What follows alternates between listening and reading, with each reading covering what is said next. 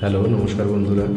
আমি আজকে আপনাদের একটি ট্রান্সফরমেশন দেখাবো অটোক্যাড থেকে কীভাবে গুগল আর্থে আমরা কোনো ড্রয়িংকে এক্স্যাক্ট লোকেশনে নিয়ে যেতে পারি এবং সেখানে এক্সিস্টিং গ্রাউন্ড প্রোফাইল কীরকম আছে সেটা অটোক্যাড থেকে গুগল আর্থে গিয়ে আমরা অনেক সহজেই দেখে নিতে পারি। এই একটি ধরুন অটোক্যাড ড্রয়িং আছে, ড্রয়িংটি কেউ আমাকে পাঠিয়েছেন এবং তিনি সম্ভবত ড্রয়িংটি কেএমএল ফাইলে রূপান্তরিত করতে পারছেন না বা তার কাছে নেটওয়ার্ক ইস্যু আছে। তাকে বলে দিতে হবে আপনার সাইটের এক্সিস্টিং ডাটা কীরকম আছে, কোথা দিয়ে আপনি যাবেন, কাছাকাছি রাস্তা কী আছে, এসবই আমরা করে দিতে পারবো অটোক্যাড ড্রয়িংটিকে গুগল আর্থে নিয়ে যাওয়ার জন্য। আমার প্রথমে ইউজ করবো একটি সফটওয়্যারটির নাম হচ্ছে গ্লোবাল ম্যাপার। আমি এখানে গ্লোবাল ম্যাপার ইউজ করেছি। এই হলো সফটওয়্যারটি। আমি একটু ডিটেলসে যাব, সফটওয়্যারটির নাম, সফটওয়্যারটির ভার্সনে যাবো। এখানে আমি 13.1 ইউজ করেছি। এর থেকে আপগ্রেডেড ভার্সন এখন পাওয়া যায়, গ্লোবাল ম্যাপার 13.1। এর থেকে আপগ্রেডেড ভার্সন আপনারা পাবেন, মার্কেটে এখন পেয়ে গিয়েছে। এর হচ্ছে ইউজার ইন্টারফেস স্ক্রিন। এবার আমি কী করবো, সবার প্রথমে আমার অটোক্যাড ড্রয়িংটিকে 2010 অটোক্যাড এলটি মোডে সেভ করে নেব।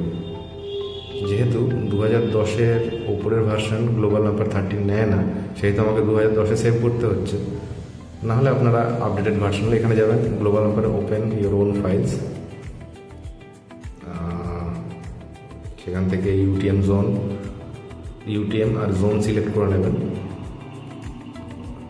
তারপরে যাবেন এক্সপোর্ট ভেক্টর ফরম্যাটে, সেখানে KMZ করে আপনারা আর কিছু করার দরকার নেই। এখানে ওকে করলে একটি ফাইল ক্রিয়েট হবে। ফাইলটি এবার আপনার সম্পন্ন হলো ড্রয়িং থেকে KML বানানো। দেখুন গুগল আর্থে কেমন খুলে যাবে আপনার ড্রয়িংটি। প্রথম চেষ্টায় যদি না খোলে, গুগল আর্থে এরকম প্রবলেম হয় মাঝে মধ্যে। প্রথম ইনস্ট্যান্ট ওপেনিংয়ে ফার্স্ট ক্লিকে আপনি আপনার ড্রয়িংটিকে হয়তো দেখতে পাচ্ছেন না গুগল আর্থে, কিচ্ছু অসুবিধা নেই। দেখুন এখানে ফাইলটি ইম্পোর্ট হয়েছে, বাট আমার লাইনস, আমার পয়েন্টস দেখাচ্ছে না, সেজন্য কিছু না। খালি একবার গুগল আর্থকে ক্লোজ করব, ক্লোজ করে আবার অন করে নেব, রিওপেন করে নেব। দেখুন এখানে আমি ক্লোজ করছি গুগল আর্থকে, ডিসকার্ড করব মাঝেরটি, তারপর আবার সেই ফাইলটিকে রিওপেন করব, যেটা আমরা এখনই অটোক্যাড থেকে গুগল আর্থে রূপান্তরিত করেছি।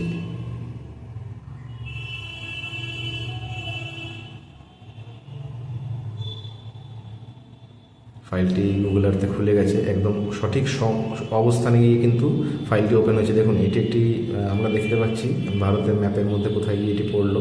এই দেখুন লাইনগুলো, পয়েন্টসগুলো কিন্তু আমার সব দেখা যাচ্ছে। এটা হচ্ছে এক্সিস্টিং গ্রাউন্ড প্রোফাইল গুগল আর্থের রিয়েল টাইম ইমেজ আপনি দেখতে পাচ্ছেন। এই দেখুন এই আমার ড্রয়িংটি ছিল ক্যাডের। এখানে বুঝতে পারছেন ঘন জঙ্গল রয়েছে। সামনে যদি কাছাকাছি কোনো রাস্তা, এক্সিস্টিং রোড দেখতে চাই, দেখুন এখানে একটি রাস্তা, কাঁচা রাস্তা গিয়ে অর্ধেক গিয়ে জঙ্গলে শেষ হয়েছে। এখানে মোটামুটি জঙ্গল এরিয়া কম, সমতল ভূমি বোঝা যাচ্ছে। এবার আমরা কিন্তু এখানে গিয়ে 3D সিমুলেশনও দেখতে পাবো। দেখুন আমি সেটা করার চেষ্টা করছি। উপর থেকে যাচ্ছি, যেহেতু এটি প্ল্যান ভিউ লাগছে, আমি একটু জুম করে ভেতরে যাই। দেখুন আমার উপরে থেকে নিচের দিকে এখানে কিন্তু একটি স্লোপ দেখা যাচ্ছে। তার মানে আমার এই পয়েন্টগুলি কিছু প্লেন সমতলে পড়েছে, কিছু স্লোপ এরিয়াতে গেছে, আর কিছু পাহাড়ের ওপরে চলে গেছে, মাউন্টেন টপে চলে গেছে, ওই যে ওপরে চলে গেছে।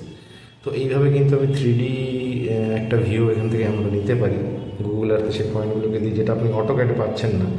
বা ধরুন আপনার অটোক্যাডে সেই সিস্টেম নেই, অটোক্যাড 3D নেই, সিভিল 3D নেই, শুধু অটোক্যাড LT রয়েছে, যেখানে আপনি 3D এফেক্টগুলো দিতে পারছেন না। সেখানে কিন্তু গ্লোবাল ম্যাপার দিয়ে খুব সুন্দরভাবে আপনি এটাকে দেখে নিতে পারেন। আরেকবার আপনাদের স্পষ্টযোগ্য করা যাওয়ার জন্য রিক্যাপ করে দিচ্ছি। অটোক্যাড ড্রয়িং নেবেন, অটোক্যাড ড্রয়িংটিকে গ্লোবাল ম্যাপার 13 ভার্সনের জন্য 2010-এ সেভ করবেন, 2010 DWG-তে সেভ করবেন।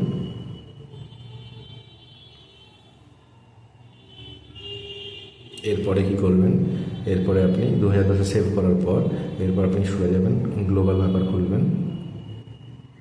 ওখানে মেন স্ক্রিনে আসবে, দেখবেন কিছুটা এরকম, এই যে open your on data file, সেটা খুলবেন। ওখানে সেই অটোক্যাড ফাইলটি যেটি কনভার্ট করলেন 2010-এ, সেই ফাইলটিকে সিলেক্ট করে ওপেন করবেন। এরকম এখানে আসবে কিন্তু ওকে করার পর একটি জায়গা প্রজেকশন, যেটা আমি বলতে ভুলে গেছিলাম, এখানে UTM করে দিতে হবে আপনাকে। আর নিচে জোন যেটা 43, সেটা কিন্তু আপনাকে সিলেক্ট করে, মানে আপনাকে জেনে রাখতে হবে যে আপনার ড্রয়িংটা ইন্ডিয়ান কোন জোনে পড়ছে। এটা জানা খুব একটা কঠিন নয়, কষ্টকর নয়। কয়েকটি সফটওয়্যার আছে, যেমন GPS ম্যাপ ক্যামেরা, আপনি যদি অন সাইট ক্যামেরাটি অন করেন, সেটি আপনাকে জোন দেখিয়ে দিতে পারবে। তারপর হ্যান্ড জিপিএস বলে একটি সফটওয়্যার আছে, সেটা আপনার মোবাইলে জোন দেখিয়ে দিতে পারবে। সব থেকে বড় হলো যে জায়গায় আপনি ডাটা তুলেছেন বা যে জায়গার ডাটা, সেখানে যদি আপনি গুগল আর্থ ওপেন করেন সেখানেও জোন দেখিয়ে দেবে। সেই হিসাবে আপনাকে জোনটিকে সিলেক্ট করতে হবে, নাহলে কিন্তু এক্স্যাক্ট লোকেশানে ড্রয়িংটি পৌঁছাবে না, হয়তো উল্টো